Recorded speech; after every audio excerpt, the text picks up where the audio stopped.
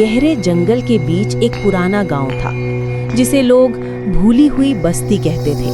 कहते हैं जो भी उस गांव में गया कभी वापस नहीं आया। एक रात रोहन और उसकी छोटी बहन अनाया अपनी कार में सफर कर रहे थे जब अचानक बारिश के बीच उनकी गाड़ी बंद हो गई। जंगल बिल्कुल शांत था, सिर्फ हवा की सरसराहट और दूर कहीं अजीब सी आवाजें आ रही थी। गाड़ी से उतरते ही उनकी नजर एक टूटे हुए बोर्ड पर पड़ी जिसमें लिखा था, यहाँ रुकना मना है। डर के बावजूद दोनों मदद ढूंढने के लिए गांव के अंदर चले गए। गांव बिल्कुल सुनसान था। टूटे घर, खिड़कियों से लटकते पुराने पर्दे और झूले जो बिना हवा के खुद ही हिल रहे थे। अनाया रोहन का हाथ जोर से पकड़ लेती है और कहती है कि उसे कुछ ठीक महसूस नहीं हो रहा। जैसे ही रात गहरी होती है, एक पुरानी हवेली में अचानक रोशनी जल उठती है। डरते हुए दोनों हवेली के अंदर जाते हैं जहां उन्हें एक छोटी सी बच्ची दिखती है जिनकी आंखें सफेद और चेहरा डरावना होता है।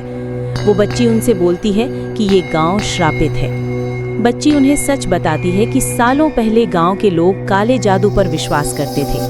उन्होंने कुछ बेकसूर लोगों पर इल्जाम लगाया और पूरे गांव को जिंदा जला दिया।